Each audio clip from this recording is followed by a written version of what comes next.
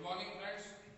कल हमने partial differential equation का चौथा टाइप देखा, problems on 5 variables. Compulsory problem में 5 वेरिएबल रहेंगे, p, q, x, y, z, ये आखिरी टाइप है। इसके अलावा जो भी तुमको मिलेगा वो कांस्टेंट रहेगा। 5 वेरिएबल को सबसे पहले हम लोग क्लियरेंस इक्वेशन लगाते हैं फ्रेंड, क्योंकि वो इजी मेथड है। हर कोई इंसान पहले इजी रास्ता अपनाता है। जैसे किसी स्टूडेंट का पेपर बैक आता तो सबसे पहले वो रीचेकिंग से सोचता कि पेपर निकल जाए, लेकिन फिर वो रीचेकिंग से नहीं निकला तो फिर वो डबल से एग्जाम फॉर्म भर के एग्जाम देता ही है। बाद में हार्ड वाला रास्ता बाद में अपनाते। तो वैसे ही जब भी 5 वेरिएबल आते हैं फ्रेंड्स, तो पहला काम है हमको चेक करना है कि वो क्लियरेंस से सॉल्व होगा कि नहीं। तो क्लियरेंस को 4 टुकड़ों में पहचानना पड़ता बताया था। z होना, px होना, qy होना और f ऑफ pq, काहीतरी किंमत p आणि q मध्ये आहे, कुछ तो भी value in terms of p and q होना। तो इधर z है फ्रेंड्स, px भी है, qy भी है, लेकिन f ऑफ pq नहीं। इसके वजह से यहाँ पे क्लियरेंस फेल है फ्रेंड। तो ये गणित आपका लैग्रेंजेस मेथड में आएगा फ्रेंड। लैग्रेंजेस मेथड की कल प्रॉब्लम डेफिनेशन बताई थी, कैपिटल P इंटू छोटा p plus capital Q into छोटा q equal to r। Problem में capital P, capital Q, capital R नहीं रहेगा, उसके जगह कुछ तो भी वैल्यू रहेंगी in terms of X Y Z. तो ये गणित को आप देख सकते हैं friends, given partial differential equation is, ये गणित होमवर्क दिया था कल के क्लास में, px प्लस qy। तो ये छोटा p इंटू कैपिटल P, छोटा q into capital Q equal to r। उसके बाद सेकंड स्टेप आपको लिखना पड़ता है auxiliary equation. Auxiliary equation is dx upon capital P, जो भी छोटे p के बाजू में रहता, dy अपॉन कैपिटल Q, जो भी छोटे q के बाजू में रहता, और dz अपॉन कैपिटल R, जो भी राइट साइड में रहता। ये पूरा आ रहा है फ्रेंड्स। लोगों ने कल होमवर्क के आंसर में यहाँ पे सिर्फ z लिखे, जो कि गलत है। देखिए फ्रेंड्स, आपको जनरल फॉर्म को पूरी तरह कंपेयर करना पड़ेगा। तो r की वैल्यू आपकी n z है, z नहीं। लोगों को लग रहा है इधर x है, इधर y है, इधर z है, ऐसा नहीं। रटने की आदत नहीं डालना फ्रेंड्स मैथ्स में कभी। तो ये हो गई सेकंड स्टेप। मैंने कल स्टेप्स आपको लिख के दी थी। पहली step given partial differential equation, problem वैसे का वैसा। सेकंड स्टेप आपको लिख के दी थी auxiliary equation, dx upon capital P, dy upon capital Q, dz upon capital R। फिर थर्ड स्टेप लिख के दी थी, from this auxiliary equation select any two pairs and apply variable separable form and determine the value of C1 and C2। ये आपको मैंने लिख के दिया था फ्रेंड्स। तो अभी आप इस ऑक्सिलरी इक्वेशन में से कोई भी दो पेयर लो। तो पहली पेयर लिया मैंने dx upon x, dy upon y। अब इसको वेरिएबल सेपरेबल लगाओ, तो वेरिएबल सेपरेबल ऑलरेडी लगा हुआ है फ्रेंड्स। dx के पास x मौजूद है, dy के पास y मौजूद है। Integrating both side, integrating both side, 1 by x का इंटीग्रेशन होगा फ्रेंड्स log x, सबको पता है स्टैंडर्ड फॉर्मूला है, और 1 बाय y का इंटीग्रेशन होगा log y। पूरे इंटीग्रेशन का आंसर log में है, तो कांस्टेंट ऑफ इंटीग्रेशन भी log में आएगा फ्रेंड्स। तो ये प्लस की टर्म इधर आके minus, log x minus log y equal to log of c1। अब इसको आप log a minus log b लगाइए, तो log of a by b। अब ये log का log के साथ हैप्पी बर्थडे हो जाते फ्रेंड्स, तो c1 की वैल्यू आ जाएगी x बाय y। तो लगभग जितने लोगों ने आंसर भेजा c1 सबका ही राइट है फ्रेंड्स, c1 में कोई दिक्कत नहीं है, लेकिन दूसरा आंसर लोगों ने रॉन्ग किया। अब दूसरी पेयर लो फ्रेंड्स, हमको दो पेयर लेनी है, तो दूसरी तीसरी लेता हूं, dy upon y, dz upon nz। आप चाहो तो फ्रेंड्स पहली तीसरी पेयर भी ले सकते थे। अब इसको वेरिएबल सेपरेबल लगाओ, तो y की टर्म dy के पास है, z की टर्म dz के पास है। n फ्रेंड्स कांस्टेंट है, तो n कांस्टेंट को कहीं भी रखा तो फर्क नहीं पड़ता। तो मैं n कांस्टेंट को इधर साइड लेके आता हूं फ्रेंड्स। तो n कांस्टेंट को मैं ये साइड लेके आ गया, कहीं भी रखा तो कोई फर्क नहीं पड़ता।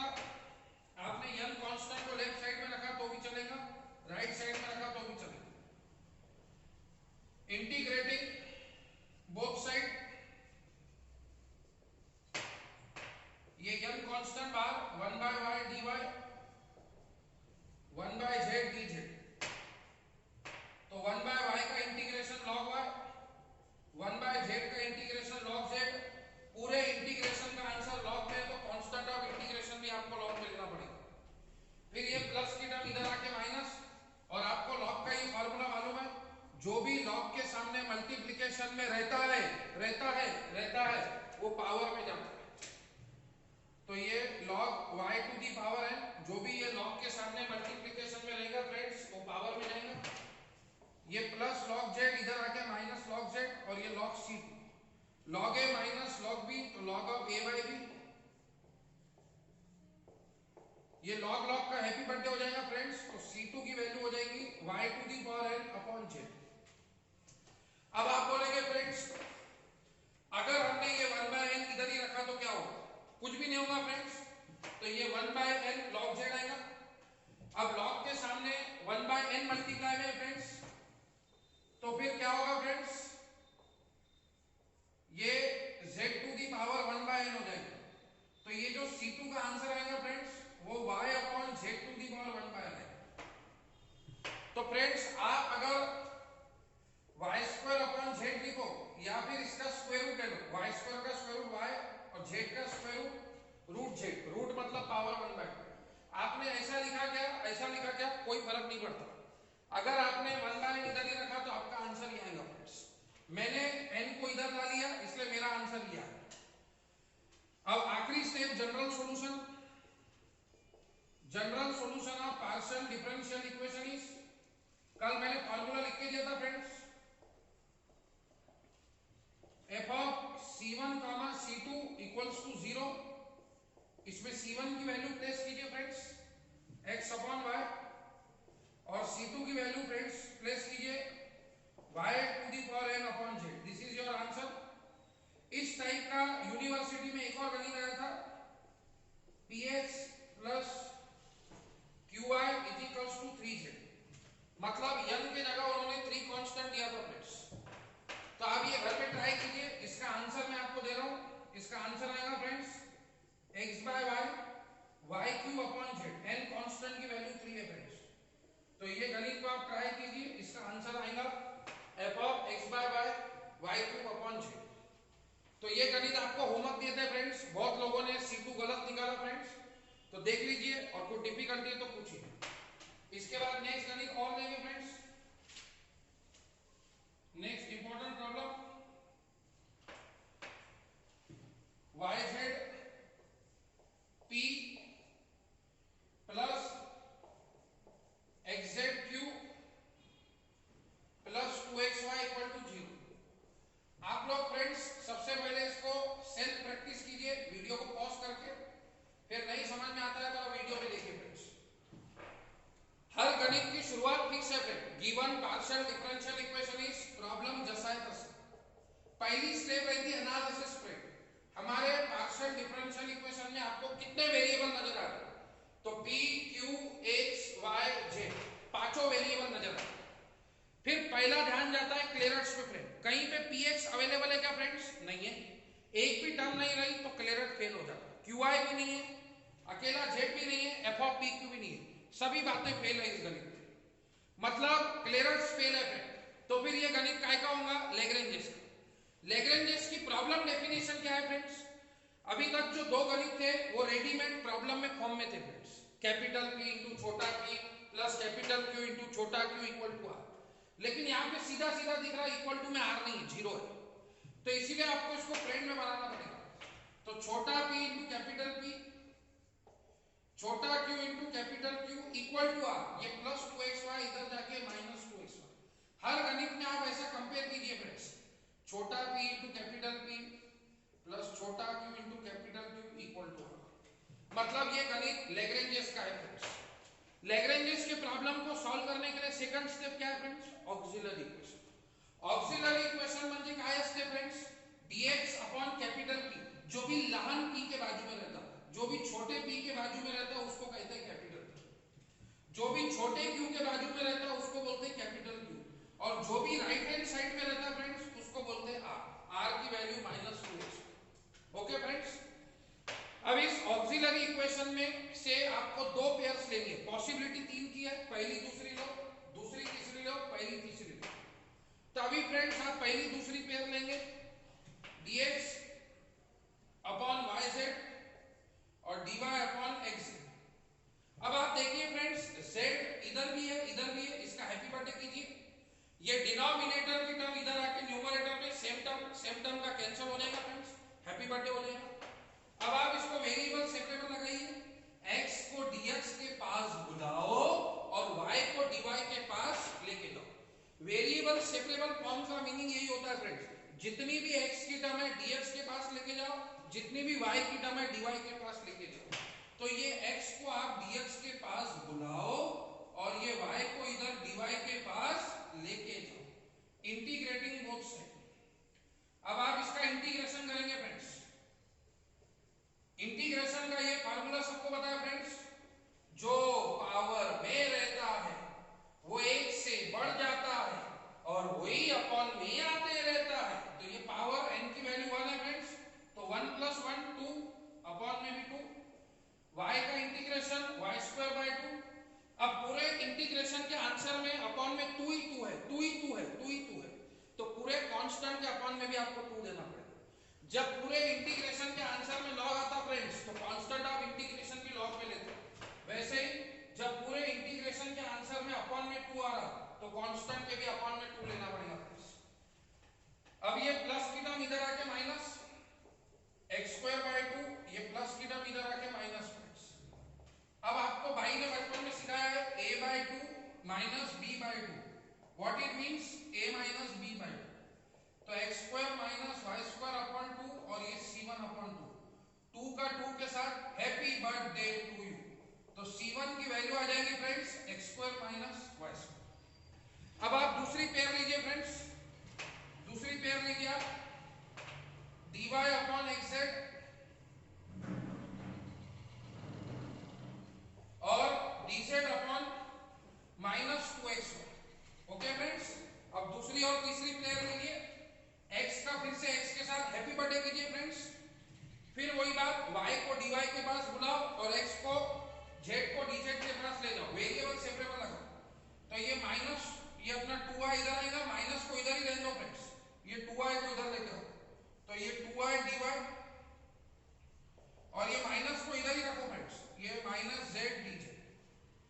ये 2y इधर लेके आओ, -2y मत लेके आओ इधर फ्रेंड्स, सिर्फ 2y लेके आओ, माइनस को इधर ही रहने दो, z इधर। क्यों, उसको मैं बाद में समझाऊंगा फ्रेंड्स। अब आप इंटीग्रेशन कीजिए friends, integrating both side, integrating both side कीजिए फ्रेंड्स। जो पावर में रहता है वो एक से बढ़ जाता है और वही अपॉन में आते रहता है। फिर से वही बात, पूरे इंटीग्रेशन के अपॉन में 2 है फ्रेंड्स, तो कांस्टेंट के भी अपॉन में 2 है। ओके फ्रेंड्स, अब ये माइनस की टर्म इधर आके प्लस हो जाएगी फ्रेंड्स। ये आपको कैंसिल नहीं करना है फ्रेंड्स, ये बात ध्यान में रखिए। बहुत सारे लोग ये कैंसिल करते हैं, फिर बोलते सर अपॉन में 2 तो आया ही नहीं, वो आया, तुमने हैप्पी बर्थडे किया, उसको आखिरी में सिंपलीफाई करेंगे कांस्टेंट। तो ये माइनस की टर्म इधर आके प्लस, फिर से इसको फार्मूला लगाइए a/2 + b/2, तो ये होगा a + b/2, तो 2y² + z²/2 = c2/2। ये 2 का 2 के साथ हैप्पी बर्थडे हो जाएगा फ्रेंड्स, तो इसकी वैल्यू हो जाएगी 2y² + z²। ओके फ्रेंड्स, अब आखिरी step, general solution. f(c1, c2 = 0), c1 की वैल्यू आपने निकाली फ्रेंड्स x² - y² और c2 की वैल्यू निकाली 2y² + z²।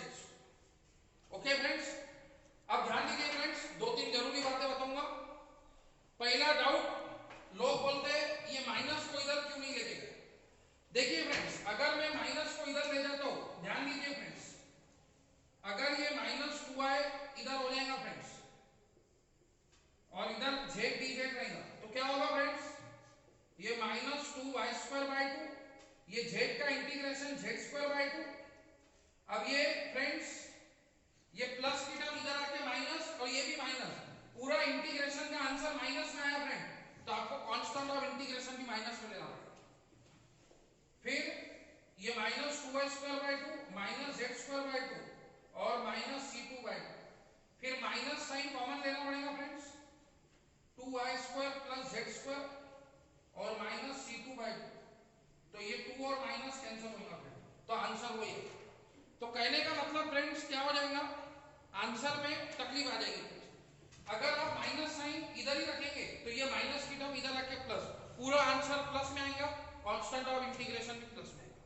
पूरा आंसर माइनस में आ रहा है फ्रेंड्स, तो कांस्टेंट ऑफ इंटीग्रेशन भी आपको माइनस में लेना पड़ेगा। तो आप ऐसा भी कर सकते हैं फ्रेंड्स।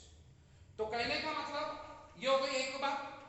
दूसरी बात फ्रेंड्स, आप इसमें पहली और तीसरी पेयर सॉल्व नहीं कर सकते थे फ्रेंड्स। पहली और तीसरी पेयर में क्या तकलीफ है फ्रेंड्स? कुछ लोग बोलते सर इस गणित में अगर पहली और तीसरी पेयर किया तो प्रॉब्लम है फ्रेंड्स। देखिए पहले आपको dx अपॉन yz है friends, dz upon minus 2xy friends. तो y का हैप्पी बर्थडे हो जाएगा फ्रेंड्स। इधर x को dx के पास ले जाइए, z को dz के पास। ठीक है फ्रेंड्स, आप पहली तीसरी भी रन कर सकते हैं।